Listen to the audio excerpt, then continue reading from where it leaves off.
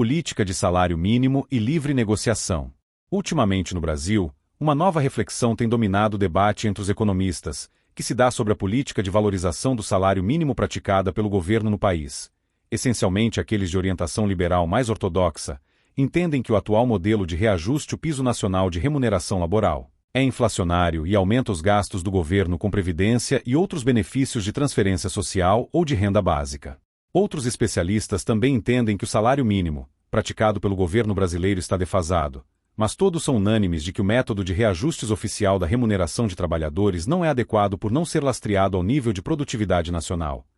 Esse dilema só é explicado por outra parcela de economistas, os quais entendem que isso só ocorre devido ao baixo desempenho do trabalhador no Brasil, que tem crescido a uma média anual de 0,1%. Nessa perspectiva, já tem se tornado comum o uso de um exemplo ilustrativo bastante didático na comparação de que seriam necessários 4 brasileiros para se produzir o equivalente ao que um único trabalhador americano é capaz de fazer em 1 hora. Essa ilustração simples serve como alegação para se explicar a razão de a média salarial americana girar ao redor de $25 por hora, enquanto na realidade brasileira, se considerarmos apenas o salário mínimo vigente, ser de apenas $1,26. Em contrapartida, quando observamos essa mesma dinâmica na ilustração de 4 brasileiros por um americano, usada para enfatizar a baixa produtividade como fator para salários tão defasados no Brasil, logo nos deparamos com outra grande injustiça: para que os salários pagos no país fossem proporcionais a essa lógica na produtividade do trabalhador americano com relação ao trabalhador brasileiro,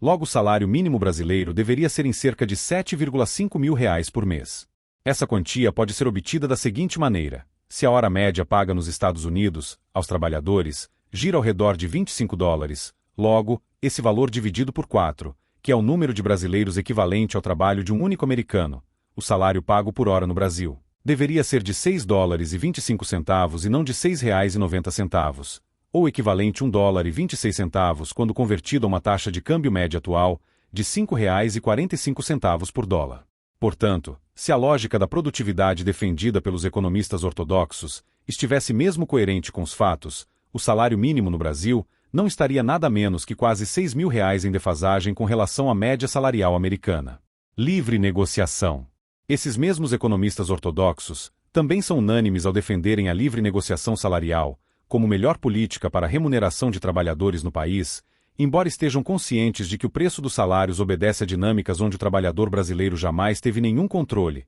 ou poder de barganha com relação aos seus respectivos patrões, e que por isso estará suscetível a receber sempre menos do que realmente deveria, com relação aos justos valores equiparados às exigências do mercado de trabalho. Primeiro, que a disponibilidade de mão de obra será sempre maior que a oferta de vagas de emprego, apesar da reclamação de alguns de que estaria havendo um apagão de mão de obra no país. Isso por si só já deixa o trabalhador brasileiro em significativa desvantagem na hora de negociar remunerações com seus contratantes. Segundo, as exigências das empresas no que se refere à qualificação laboral se faz como um importante mecanismo usado para justamente depreciar salários, ainda que se trate de uma massa laboral de escolaridade e qualificação satisfatórios. Estudos realizados por conceituadas instituições e entidades, publicados pela imprensa brasileira, confirmam essa realidade, de que apesar de uma significativa melhora no nível de escolaridade dos trabalhadores, os salários ofertados pelas empresas continuam abaixo do que seria considerado razoável, algo que não tem se refletido positivamente no horizonte de vida das pessoas, de um modo geral. Um estudo publicado no final de março de 2024, realizado pelo Instituto Brasileiro de Economia da Fundação Getúlio Vargas, IBRE-FGV, apontou que entre janeiro de 2023 e o mesmo mês do ano seguinte, houve um crescimento de 438% na oferta de vagas de nível superior no país, mas com salário mais baixos, conforme publicado pelo jornal O Estado de São Paulo. Outro levantamento, desta vez realizado pelo Ipsos-IPEC em parceria com a Fundação Volkswagen, publicado no jornal Valor Econômico, questionou 3.500 brasileiros se o nível de escolaridade entre 2020 e 2025 melhorou. De acordo com o relatório, para 40% dos entrevistados, houve melhora na escolaridade, enquanto para outros 30% se manteve. O nível de percepção de melhora na escolaridade foi maior nas 2 maiores cidades da região norte do Brasil, Manaus e Belém, com índices em torno de 52% e 50% dos entrevistados, respectivamente. Por outro lado, o mesmo estudo do Ipsos-IPEC e Fundação Volkswagen também registrou que 56% do total se viu obrigado a recorrer a outras atividades paralelas, ou ao famoso bico, para conseguir manter as contas do mês em dia, indicando que muita gente com ensino superior anda sempre obrigado a fazer trabalhos de faxina, manutenção, reformas e jardinagem. Ainda nessa pesquisa do Ipsos, Manaus e Belém também são destaques, onde apesar de ter havido aumento na escolaridade, foram as cidades onde as pessoas de nível superior mais tiveram de fazer trabalhos braçais de atividade paralela para conseguir manter suas contas pessoais ou familiares em dia. A própria dinâmica do mercado de trabalho brasileiro é completamente diferente da realidade americana, o que seguramente geram disparidades salariais entre brasileiros e norte-americanos. A legislação trabalhista no Brasil também é apontada como principal fator que inibe justamente a livre negociação salarial em condições consideradas mais justas ao trabalhador, uma vez que com os encargos trabalhistas embutidos sobre a folha de pagamento dos funcionários nas empresas,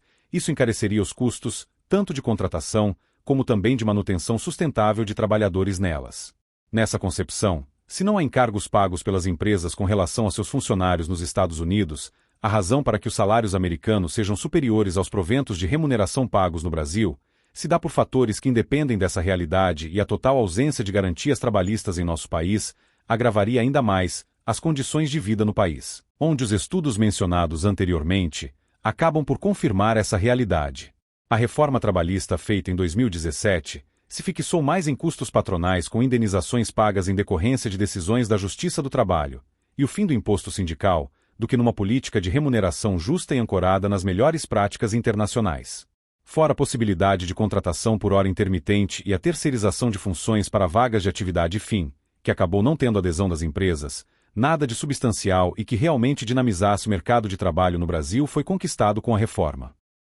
Uma contra-reforma em 2024 propôs mais direitos ao trabalhador, como aumento da licença paternidade para até 20 dias, além da regulamentação da Portaria 3.665 de 2023 que prevê mudanças para trabalhos aos domingos e feriados, onde empresas que habitualmente funcionam nesse regime perdem a autorização automática para atuarem em seus ramos de negócios fora dos chamados dias úteis, tais como shoppings, farmácias, supermercados, postos de combustíveis e o comércio varejista em geral, especialmente lojas de departamento. A portaria também prevê a obrigatoriedade de negociação entre empresas e trabalhadores, por meio de convenção coletiva de trabalho, CCT, mediada por sindicato da respectiva categoria para trabalhos aos domingos e feriados. A portaria está prevista para entrar em vigor em 1º de março de 2026. Benefícios. O fato de as empresas oferecerem benefícios a seus empregados também pode ser outro fator de achatamento de salários no Brasil. Muitas entidades privadas oferecem,